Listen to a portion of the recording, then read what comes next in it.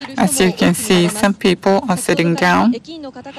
Who said, "My great friendship with President Xi of China and our country's relationship with China are both very important to me. Trade between our nations, however, has been very unfair for a very long time. This situation is no longer sustainable." And in response, China vowed to retaliate. As President Trump warned of additional tariffs should Beijing hit back with tit-for-tat duties on American goods, China unveiled 25% duties on $50 billion in U.S. imports. Now, China would also cancel agreements it had reached with the U.S. during previous discussions over the penalties. It also said Trump's decision would damage relations between the two countries and undermine the World Trade Order. China's tariffs will go into effect for 545 of the 659 U.S. items on July 6th, the same day the U.S. government will initially impose its new tariffs. Officials in Beijing say they will determine the timeline for the rest at a later date. The administration of U.S. President Trump wants to reduce by $200 billion its $375 billion trade deficit with Beijing. Nearly 2,000 minors were separated from their parents or adult guardians who illegally crossed into the United States over a recent 6-week period, according to officials, as debate raged over how to end the deeply controversial practice. President Trump, facing mounting anger over his administration's zero-tolerance border security policy, repeated he is incensed about the family separations, but continued to blame opposition Democrats for the crisis, which critics say is one of his own making. And the president signaled the drama could drag on after Trump initially seemed to say he was not keen on a Republican compromise bill that includes a fix to the separation issue as well as DACA protections for young migrants who arrived illegally as children. The White House walked back his remarks. Now, according to a Department of Homeland Security spokesman, between April 19 and May 31, 1,995 children were separated from 1,940 adults who were being held by U.S. Border Patrol. Amid an outcry over the detentions, the DHS official insisted the minors were held in decent conditions. U.S. Attorney General Jeff Sessions cited Bible scripture as justification for separating undocumented immigrant families apprehended at the border, clashing with Congress's top Republican who said he opposes the controversial policy. President Trump's administration has backed separating immigrant children from their parents. Under the laws of this country, illegal entry into America is a misdemeanor, not a felony, but it's a misdemeanor. It's a crime. Re-entry after having been deported is a felony. Having children does not give you immunity from arrest and prosecution. And I would cite you to the Apostle Paul and his clear and wise command in Romans 13 to obey the laws of the government because God has ordained the government for his purposes. Meanwhile, activists around the country organized a day of protest against the policy they say is inhumane and dangerous.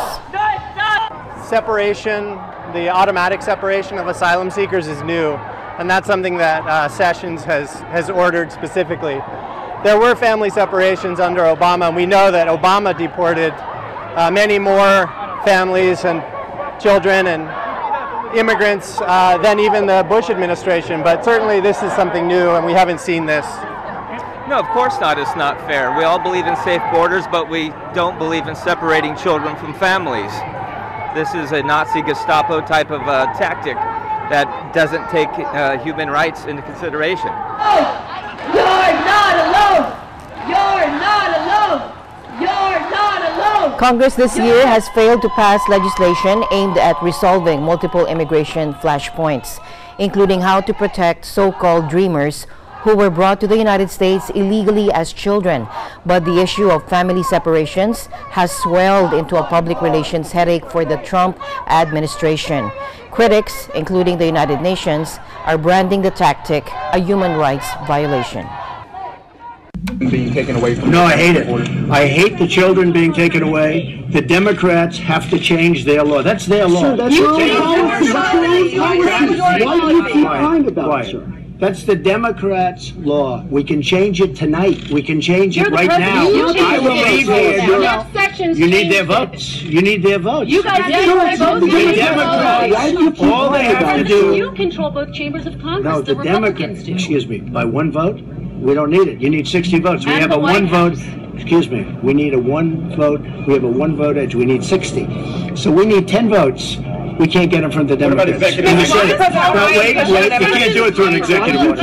The children can be taken care of quickly, beautifully, and immediately. The Democrats forced that law upon our nation. I hate it. I hate to see separation of parents and children. The Democrats can come to us as they actually are, in all fairness, we are talking to them, and they can change the whole border security. We need a wall. We need border security. We got to get rid of catch and release. You catch a criminal, you take his name, you release him, and he never shows up again. He goes into our society. And then we end up getting him in a different way, oftentimes after he's killed somebody. We've got to change our laws. The Democrats have control because we don't have the votes. The Republicans we need more Republicans, frankly, and that's why I think we're going to do so well in the midterms. Why did Jeff Sessions announce a zero-tolerance policy at the border on May 7th? Is Because that not he's following the law. No, he's following laws.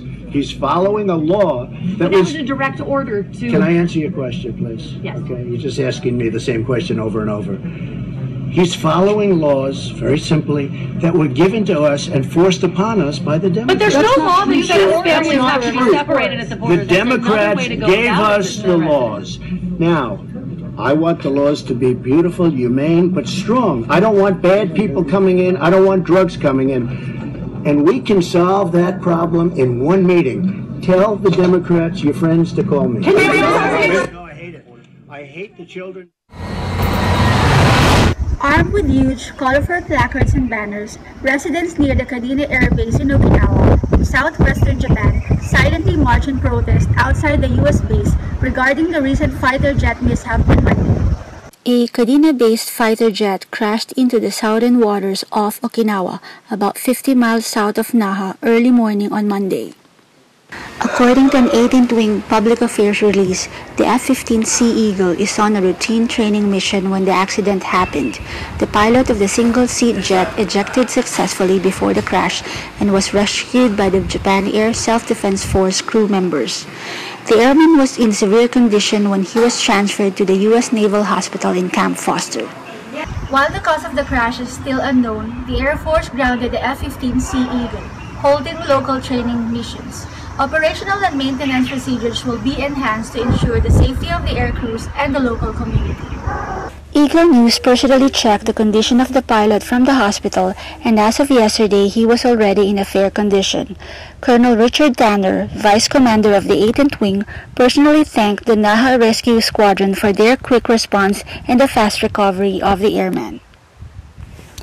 Monday's mishap is the 12th crash involving a U.S. military aircraft within this fiscal year, further raising concerns and aggravations among Japanese officials and locals, not only those living in Okinawa, but even those near the U.S. bases in other parts of the country, like Yokota Air Base in Fusa City in western part of Tokyo. 羽村にある横田基地がオスプレイ配備されるんです。でこのオスプレイっていうのはとても危険なねオスプレイなので、それに配備は許さないということで取り組んでいます。いいでしょうか。Reporting from Okinawa, Japan, this is Jane Kindra for Eagle News International. I am one with 25.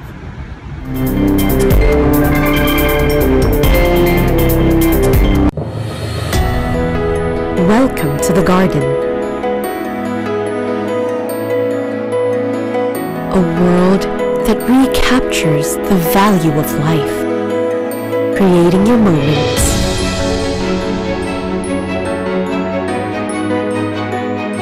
kindling your passion, worth reliving over and over. This is your world, your life, your garden.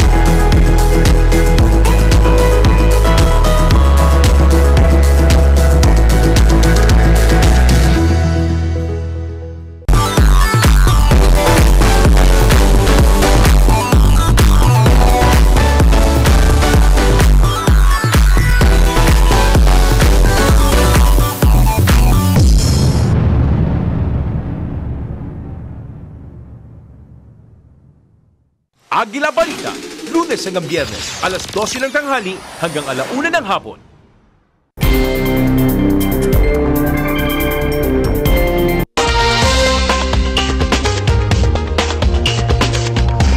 Antarctica has lost a staggering 3 trillion tons of ice since 1992. Now, that is according to a landmark study published Wednesday that suggests the frozen continent could redraw Earth's coastlines if global warming continues unchecked.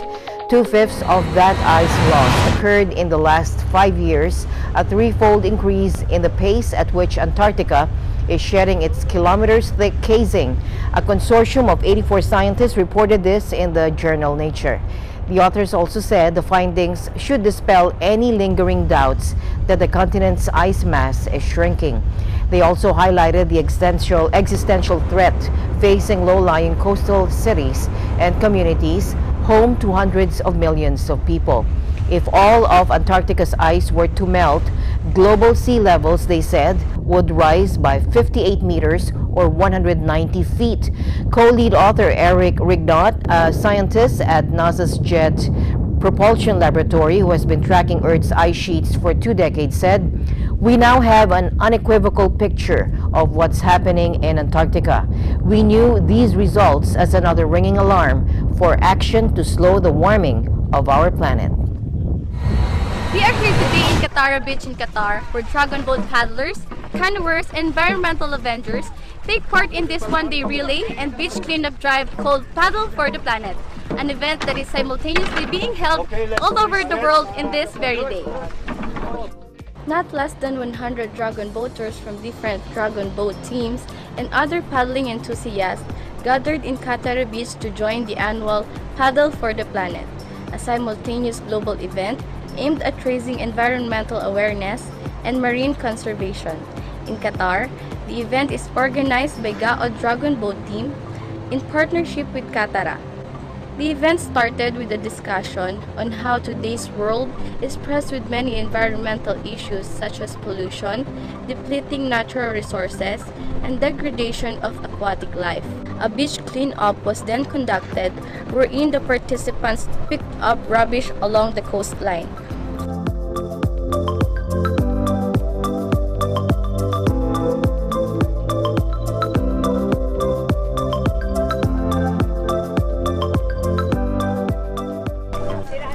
Paddle for the Planet is a global paddling relay that began in 2011. It unites paddlers, creates awareness, and is a movement for conservation. Well, it has been done for almost 3 years now, so it was successful from the first time when we started from 2015. We only have a few registrations who registered from the group. Now it's almost twice as the group who was registered. I think being part of an event such as this is already a benefit on its own because it allows us to be another vehicle, another tool to actually be advocates and spread a lot more about and being environment friendly, especially to the ocean because it is part of our home. Actually, this is the second time that I participate in Paddle for the Planet, and I always enjoy it because it's really nice to see the entire dragon boat community getting together for a common cause for something positive. Like, it's not just about enjoying ourselves, but it's trying to leave our beach better than it was. A lot of teams attended today, and also a lot of guests came in. And this is, I think, the success of this event. Finally, the event was capped off by a paddling relay wherein dragon boat crews paddled alongside guests and supporters. Paddle for the Planet surely gave paddlers the opportunity to care for the ocean, but also they know that there is much more they can do to give back to the planet. As PMC and our contractors, we have encouraged all of them to gather all these non-recyclable materials, these plastics, and then we are giving it to some recycle areas here in Qatar. In our building, actually, we have a recycling organization set up. So we do recycle plastics and metals. There is a company in Doha that collects those. Also reusing as much as possible. We reuse containers. Some of our team use milk bottles for their water bottles and on the beach and that kind of thing. And again, always cleaning up after ourselves.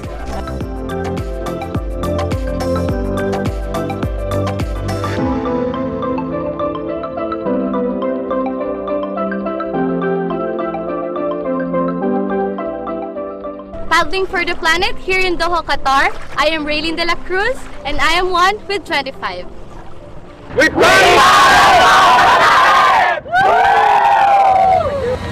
Clean meat is the latest craze in the food industry. In Silicon Valley, several startups are looking into alternatives to traditional meat that are more ethical and better for the environment. It's almost impossible to tell that this juicy burger is actually vegetarian. It tastes just like a burger. It feels good that once, every now and then, just have, something without meat that's still tasty. In this meat-centric restaurant in downtown San Francisco, the vegetarian Impossible Burger earned its spot on the menu around a year ago.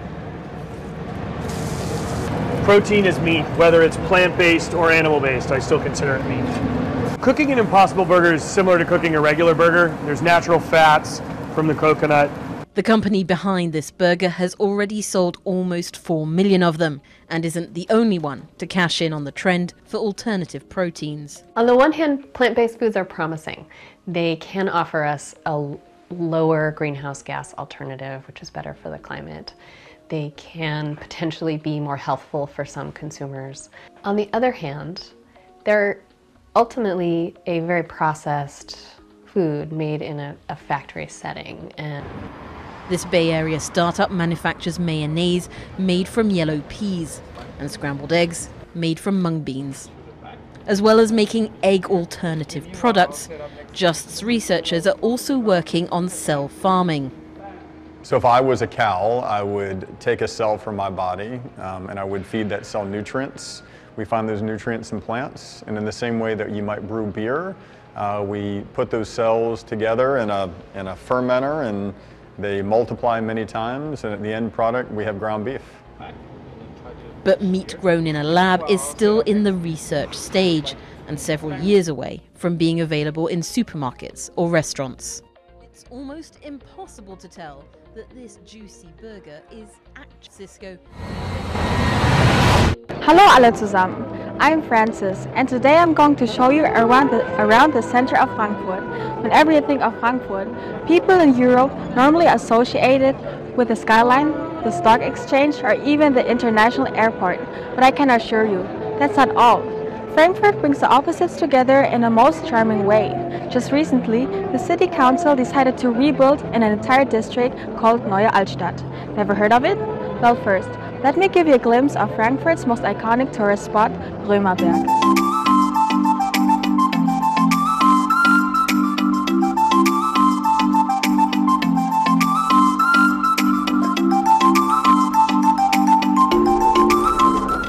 Römerberg is a plaza here in the center of Frankfurt.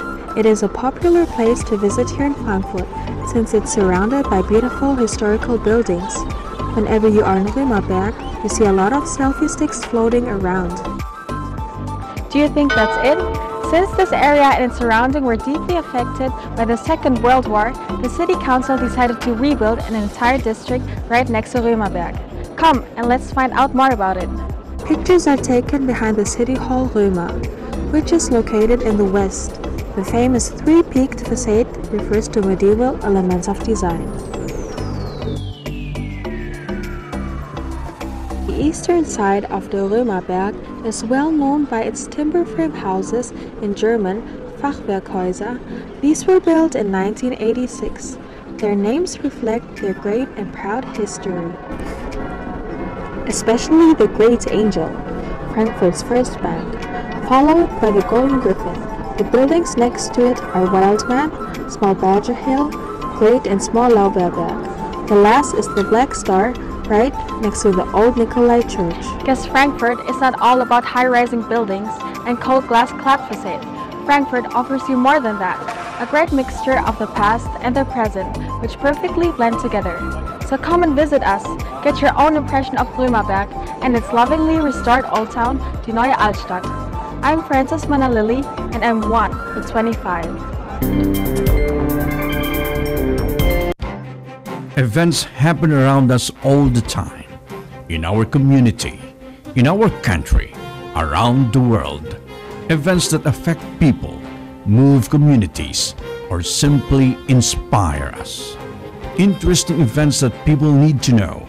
In these interesting times, we continue to be a competent partner in delivering news about these events.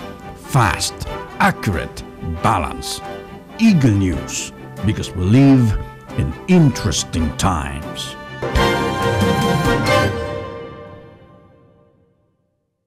ASEAN in Focus, Monday to Friday, 2 to 2:30 p.m.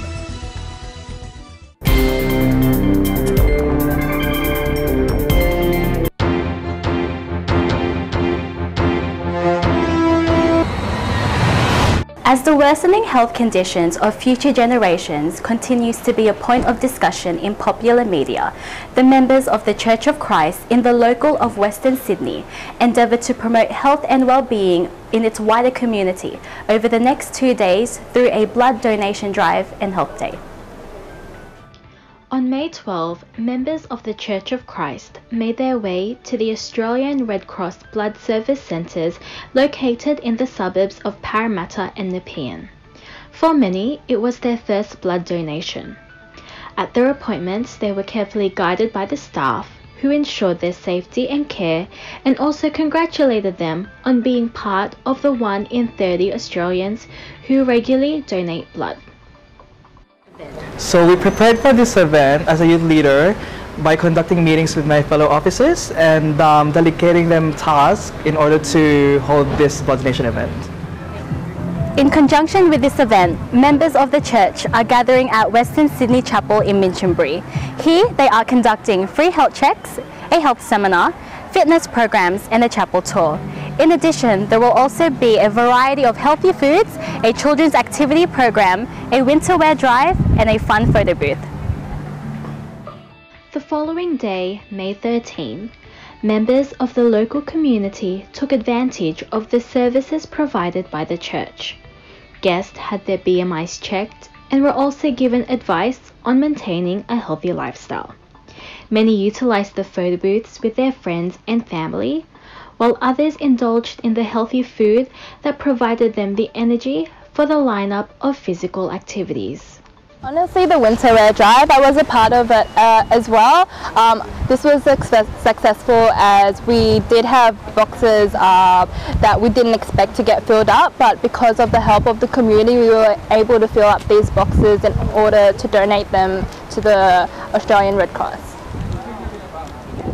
Well, this activity is aimed to increase the awareness of the brethren in when it comes to the importance of taking care of the physical health, because to be physically fit is very beneficial for all the people here in this world, especially here in this congregation.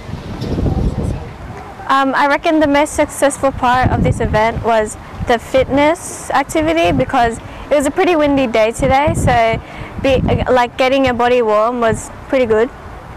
I reckon it was really good, it's really successful because we gave the main message to our fellow brethren and guests of being healthy, so with healthy eating, with physical activity. So before they left the event, they know what's good for them as an individual and also tell it to other people as well. I am Raylene Quinto and I am 1 with 25.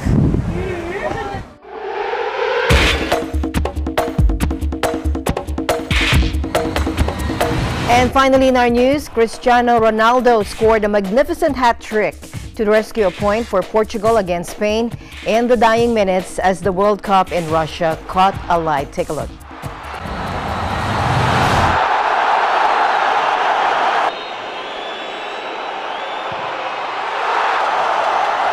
Ronaldo's final goal was scored in the dying minutes of the match and brought Portugal level with Spain in a 3-3 draw. Now Spain's forward Diego Costa scored 2 goals and defender Nacho Fernandez scored another. The match marked the end of a chaotic week for Spain, which saw their head coach Julian Lopetegui sacked on the eve of the tournament.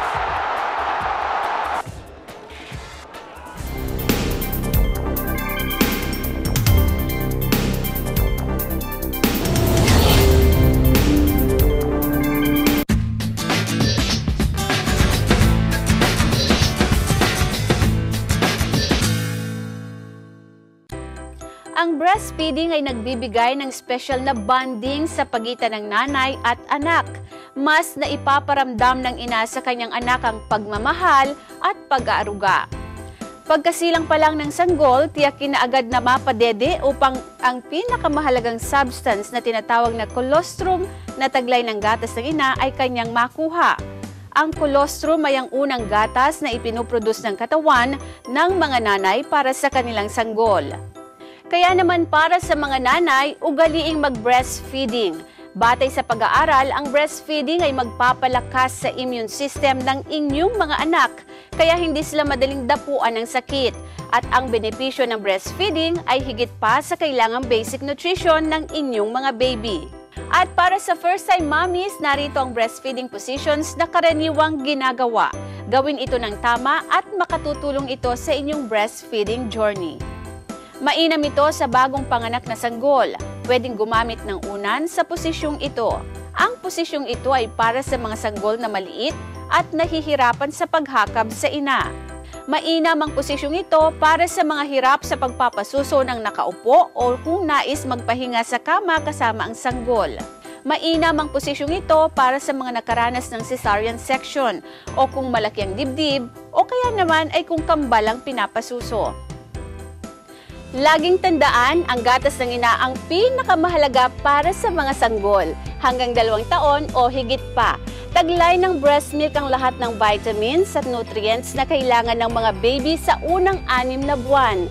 Ako po si Eden Santos, kaisa sa pagpapalaganap ng kahalagahan ng breast milk at breastfeeding.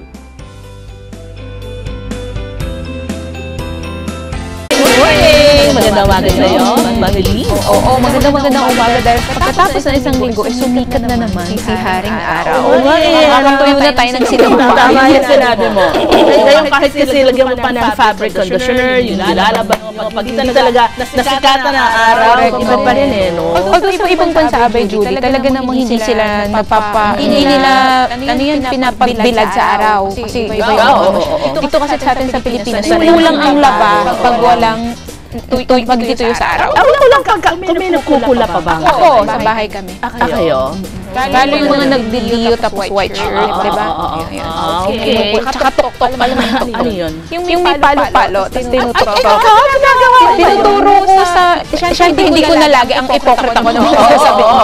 Pero yun yung tinuturo ko dun sa kasama namin. Kasi may mga pinilang like mga maong, pwedeng tuktukin. Pero yung mga ganitong syempre hindi na. Hand wash lang. Kasi ngayon nga kasi talagang parang maging madali. Lagay mo na lang sa washing machine. Uy, nga pala nangyari sa ano ha? Sa Osaka. Sa Dalado. At saka ngayon lang pinapanood nyo bago magtaumbahan.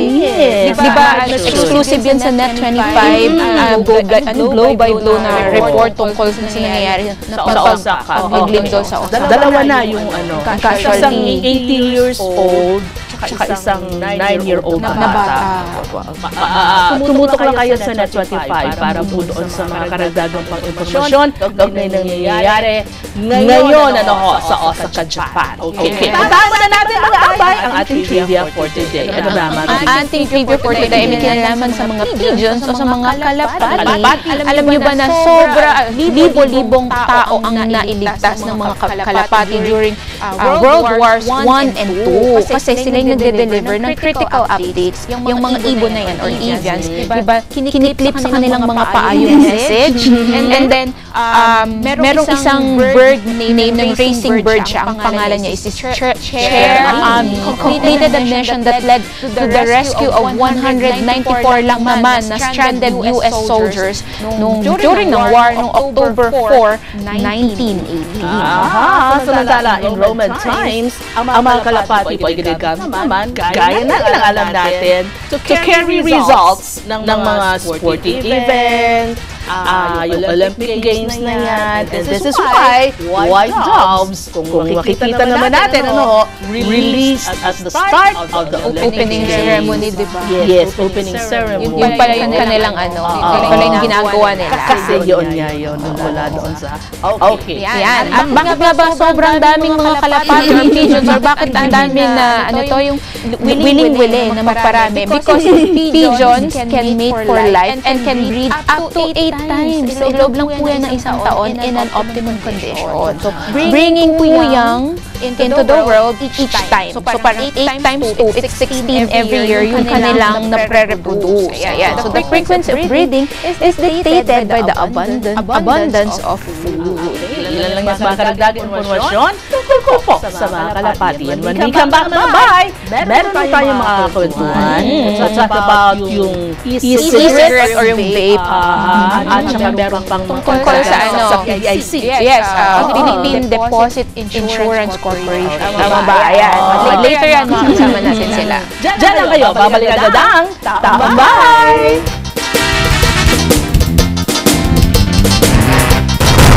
The machine is back at it. Guns N' Roses Roses Lifetime Tour. The rock spectacle of 2018 comes to the Philippines. November 11th, 2018 at Philippine Arena, Bulacan. Pre-sale for fan club members on June 8, 10 a.m. to 11:59 p.m. Public on sale June 9, 10 a.m. Don't miss Guns N' Roses. Brought to you by NMI Life and Prestige Worldwide. Agila Balita, Lunes hanggang Biyernes, alas 12 ng tanghali hanggang alas 1 ng hapon.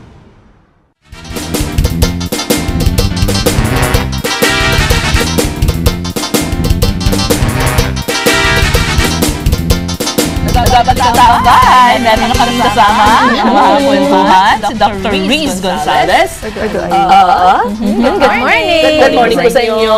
Magandang umaga. Ayan. Welcome po sa Tambahay. I'm glad to be here. It's our pleasure. Siya po ang chair ng Tobacco Control Advocacy Group. Ayun. Gaya na sinabi natin kanina, pag-usapan natin, may malaking kinalaman sa e-cigarette or electronic cigarettes. Ano yung mga health effects nito? Oo, kasi iniisip nila. Lesser even daw. Oo, less na harmful. Sige, malaman natin kay Doc. Totoo ba yun, Doc? Okay. Sige. Yung e-cigarettes, maraming... It's one term, no? So the proper term is electronic nicotine delivery system or ENDS. Meron ding electronic non-nicotine delivery system or the ENDS. So sabi namin sa mga bata pag nagle-lecture, pag ginamit ito, this is your end. Okay? So we have to really evaluate and educate them at the start so that we get their attention. But e-cigarettes actually, it doesn't only include vape. Okay, that's actually the most popular. So pwede dyan yung e-hookah, the water pipe from the southeast, from the Middle East. Meron din yung tinatawag na e-cigs. These are actually the first generation. And then the most popular is the vape. And then there is an upcoming, the Juul. And that's most popular in America. And it will just take several months before it lands here. And that will be a big headache to us. So people are looking for an alternative to cigarettes itself. Thinking that it has lesser negative effects sa kanilang health. I want to dispute that. Okay. E-cigarettes initially was really a tobacco cessation device. It was marketed in 2003 from China. Okay. However, it did not take off. Most of the smokers really are not successful in quitting. So now they have remarketed it and they devised it. They use the skills, the techniques used by the tobacco manufacturers to entice the young. So that's why there are flavorings, there are different forms of gadgets. So if we define what is an ENDS, it actually consists of the device and the e-cigarette and the e-liquid. That's the one that replaces the tobacco leaves. And that's the one may or may not contain nicotine. Okay. So that's why most of the vapors will say it's actually lesser. Yeah, it's actually lesser if even the present studies. But for children, it's actually clean air. We advocate for clean air. And smoking is actually a big no-no for them to take. Why? Because nicotine, when it enters the adolescent brain, it goes to the brain in 10 seconds. It gives them the pleasure. And then repeated use, repeated puffing, actually makes them crave for more. So aside from that also, the e-liquid is not just nicotine, it has humectants. So that's the base wherein they dissolve the nicotine or not.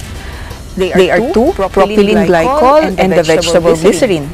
Ito yung content, Doc, ng liquid na nilalagay sa Kung familiar kayo siguro naglaro kayo ng bata, yung gumamelang tinutunaw, tapos ginaganyan.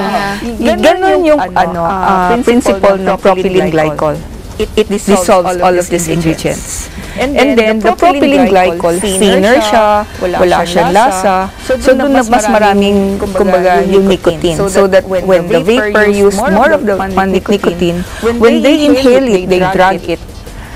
It gives them the heat. It gives them the more pleasurable feeling.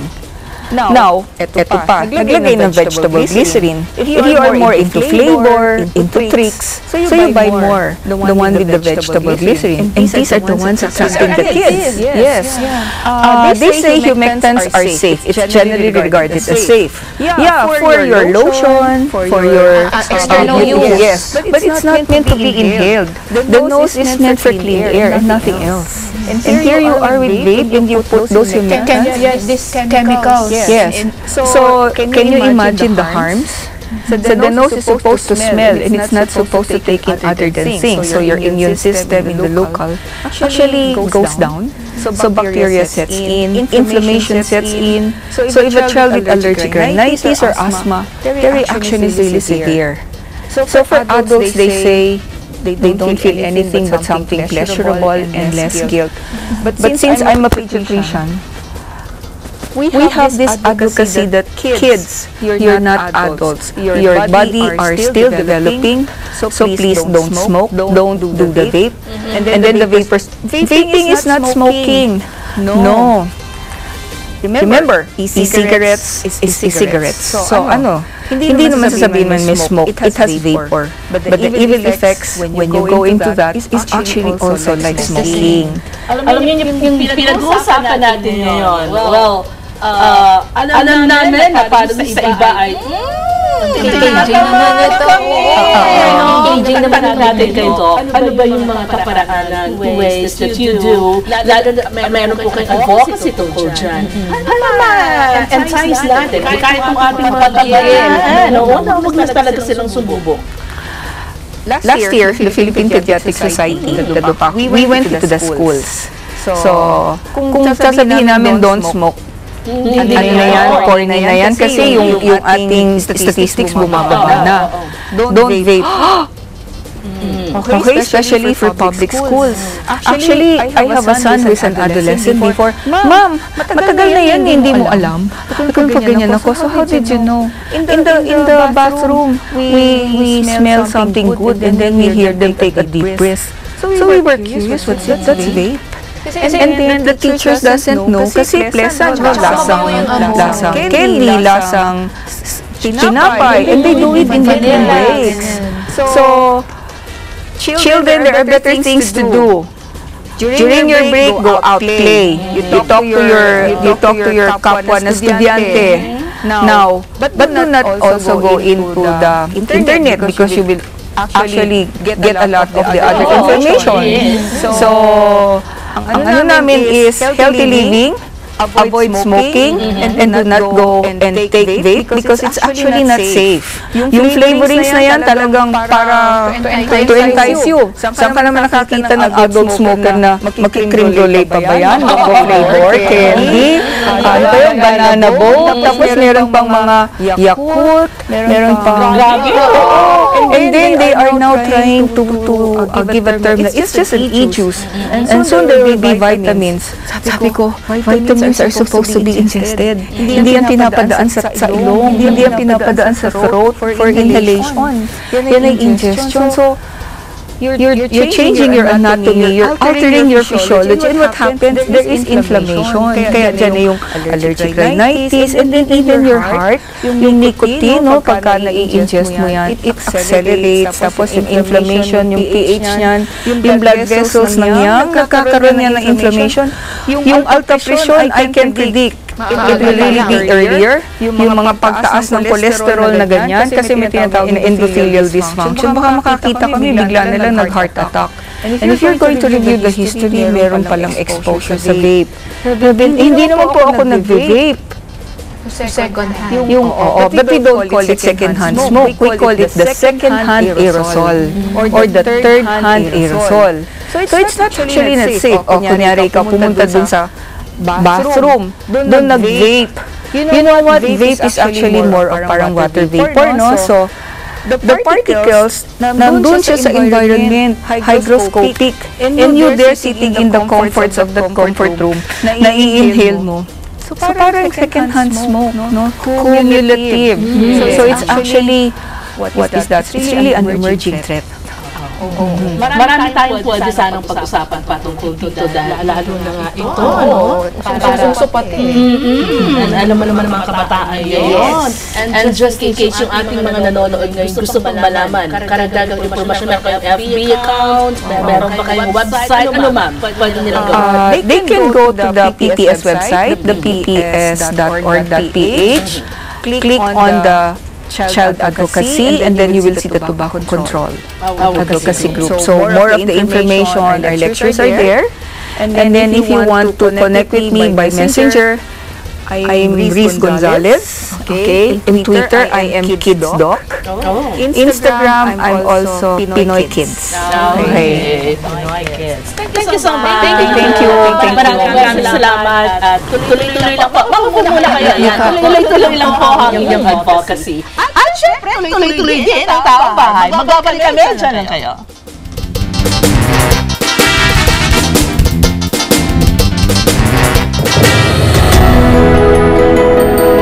Welcome to the garden. A world that brings you back to that natural, carefree feeling of joy and happiness. A place where art becomes your song, strengthen bonds. Creating your moments, kindling your passion,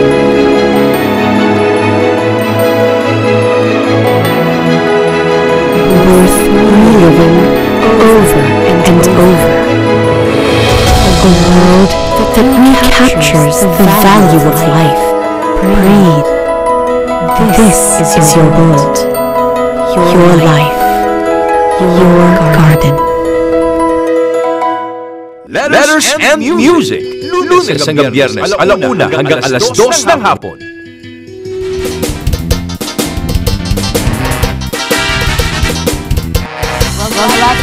Cigarettes ay punta naman tayo ngayon. Yes, tungkol sa ano ito, pag-deposit or depositors safety. Kasama natin yan si Mr. June Villaret. Siya lang naman po ang Vice President. Oo. Very glad that he's with us. Corporate Affairs Group of PDIC, Depositors Protection and Awareness Week, or DPAO. Okay, magandang umaga po sa inyo. Morning, sir. Good morning. June. How are you? Good. Smiling Aisha. Okay. Dahil DPAO ang pag-uusapan natin, unang-una na, pagka ganyan, tinatanong agad, nasa isip natin, ano ba insurance? Deposit insurance, sir. Sige, simple lang. Ang deposit insurance ay paggarantiya lang ng gobyerno sa mga deposito ng mga tao sa bangko. It's a guarantee na kung ano man ang mangyari sa bangko, merong sasalo, merong safety net. Ito kasing deposit insurance na conceptualize ito nung panahon during the 60s. Na yung ekonomiya ng Pilipinas yung paangat, to sustain that growth, kailangan may protection yung mga tao. Natatakot yung mga tao pag may nagsasarang bangko, nag-decreasing. So, ang deposit insurance, nilagay ito na polisiya ng gobyerno para huwag kayo matakot kung sakasakaling magsara man ng bangko, meron tayong protection. Yun nga yun, deposit insurance. Naalala ko, Abay Julie, dati yung mga nauso yung 2K bag, tapos may mga nagsarang, di ba, bangko. Tapos naalala ko yung tita ko, merong naka-insure yung pera niya. Pero there's only a certain amount, sir. Di ba? How much is that? Sa ngayon ay 500,000 pesos per depositor. Marami nagsasabi, masyado daw maliit. Pero alam po ninyo, sa 500,000 pesos na deposit, 96% na ng deposit account sa Pilipinas ang covered. Kaya siguro pagkataas, kung kayo nasa 600, nasa 4%, highest 4% kayo. Pero, 96%, kaya malaki na. So hindi talaga siya mali kasi it covers almost everybody in the system. So, itong may mga tanong pa tayo. Mamili. Oo. At itong mga financial institution, ano yung covered ng insurance talaga? Ang covered ng deposit insurance na PDIC ay mga bangko lang. So, isayin natin. Magsimula tayo sa makita commercial banks, mga universal banks makita natin. Kasama din dito yung mga thrift banks, government banks, development banks. Kasama rin dito yung mga rural banks. Kasama rural banks, pero dito tinatawag na cooperative banks. Pero linawin lang namin, merong mga cooperatives, merong cooperative banks. So ang covered lang ng deposit insurance ay mga bangko. So hindi po kasama dito ang cooperatives. So yun po. At kasama din dito ang mga foreign banks na nag-ooperate sa Pilipinas. Basta po bangko na nag-ooperate sa Pilipinas, kay Pilipino siya o foreign-owned, foreign branch, insured po siya ng PDIC. Liwanagin natin to ha, kasi ang deposit, Abay Julie, at ang investment is different. Magkaiba po yun. Kasi pag sinabi mong deposit, you're for safekeeping. Parang pag nasabi na, covered po ba kami, meron po kaming insurance sa ganitong bank, ay sa ganitong, say, institution, nag-bankrupt or nagsara. Kasama po ba kami doon sa PDIC? Hindi po. Ulitin ko po, deposit insurance kasi ay para sa pagdideposito. Ang bangko nag-o-offer pa ng ibang mga produkto. Sabi mo, insurance. Meron iba naman investment. Linawin po natin kung tayo po ay nakipag-transaction sa bangko, kung ito po ay deposito. Deposits can be a savings account, a time deposit, yung may certificate kayo, o kaya checking account, checking kayo. Other than that, mga insurance, hindi po yan, that's investment. That's investment. In-encourage po kasi natin na mag-deposit. Pag-investment po, iba nang gusto nila, lumaki na talaga yun. Halata yung mga interest niya. Parang maniwala. Kasi ganyan yung kawanan. Halimbawa, nagpunta ako sa bank. Natatanong, bakit po ganito yung nangyari? Hindi kasi investment. Kung mga tao, ang connotation nila, investment and deposit are just the same. We would like to define that there are different things. Investment is make your money grow, and deposit is just to safekeep it. Pero yaman din lang na pag-usapan natin ng pagdedeposito. Manang lang po namin. Marami na ba mga Pilipino talaga ngayon ang financial literate? Based po sa huling survey ng Bangko Sentral, sinabi po doon na halos kalahati po ng Filipino adults ay nag-iipon. Okay, kalahati po yun. So, assuming nyo lang 50 million ang 100 million tayo, kalahati po yun. Kalahati halimbawa yung adults, so 50 million. Kalahati lang ng adults ang nag-iipon. So, kalahati ng 50, mga 25 million. Pero sa kalahati yun, one-third lang sa kanila ang nagbabangko. So, one-third ng 25, mga 12.5. Kalahati yun. Kalahati ng 25. So, one-third eh. So, mga 7. So, hindi po siya ganun kadami. Pero ang maganda pong nakita namin sa pag-aaral, may mga nag-iipon. Yun nga lang, sa iba nila nilalagay. Sa bahay, sa ilalim ng unan, pero kaya nga po itong Depositor Protection Awareness Week, gusto po namin siyang ipamalita. Na-save ang pera nyo sa bangko. So sayang yung, two-thirds na nag-iipon, kung nilalagay lang nila kung saan-saan yung pera. Bakit kailangan mag-ipon tayo sa bangko? Okay, well, sagot ko na kanina. Kasi safe dito. Pangalawa, maiiwasan mo yung tukso na magasta mo ito. Alam mo, pag ang pera kasi nandyan sa'yo at nakikita mo madalas, di ba? Parang lang, pwede ko, yung mga tao pa naman galit sa pera, no? Nakikita nila, ayaw nila kagad. Ayaw nilang makita silang mawala kagad. When you put it in a bank, so una, they're safe. And then, meron distansya. So you can avoid seeing it. Tapos, at ang worst, hindi man worst pala, pero kung sakali man na may mangyari sa bangko, may protection pa rin yun. Ang pera mo kung nilagay mo sa iba, may kilala nga ako doon sa yung mga binahan ng araw. Yung pera nilagay nila sa lata. Binahan yung bahay nila. Di mo sa inanod lang. Napunta sa kapitbahay yung pera. O di, binigyan na ng pera yung kapitbahay. Pati put it in the bank, and whatever happens to the bank, lalo na pag sinara ng Bangko Sentral, then you have to guide. Sa akin ako, inanay yung pera niya. Honest, inanay yung pera niya. Tapos yung mga hindi na tayong denomination, hindi na napalit. So, di ba, parang although maliit lang talaga yung per annum na increase kung nasa bank, still safe pa rin kapag nasa bank. At saka magagamit po yung pera ninyo ng bangko para pautang, paggalit, mas parang economic activities na mangyari. Pag sa bahay lang kasi, tulog lang siya. Baka iniisip na ating mga kataambay, kasi wala naman akong 10,000, wala akong 20,000 para mag-uusap sa bangko at mag-deposito sa bangko. Meron ng programa ngayon ng Bangko Sentral na ino-open na nila, ang mga bangko ay in-encourage nila na magpayagan mga tao magbukas ng account na maliit na balanse, 100 pesos. Pwede mo lang simulan. Hindi na po excuse kayo na wala kang deposito. Ayaw mo lang.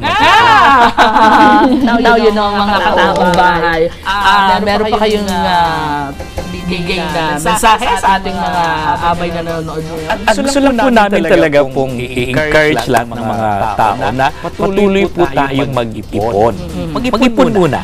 At kung mag-ipon po tayo, ilagay po natin sa bangko. Dahil po sa bangko, ang deposito nyo, may protection po ito. Garantiya po ng gobyerno hanggang 500,000 pesos. Hindi pa kayo mag-scam. Scam?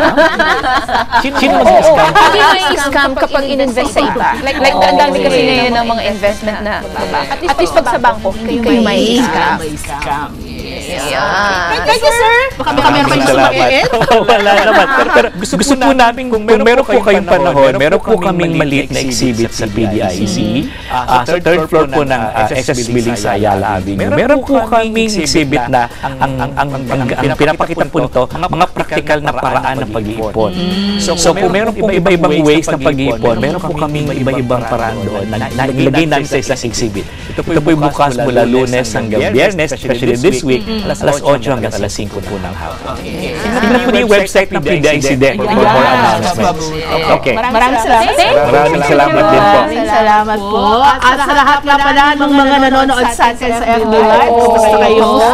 Oo. Yung mga taga New Jersey, kinukumusta natin, at saka yung mga taga California. Ayan. Maraming salamat mga bye. And don't forget to watch Letters and Music, 1 p.m. po yan. At syempre gusto nating batiin si Chef Rico Echeverria, at si Mami Lourdes, si nanay niya. Si Miss Myra Rosario, Macario Santiago, Haisan Rimorin, Rosa Odango, Cesar Garcia, Jocelyn Rosales, Ernesto Toralde, at kay Imelda Trestiza.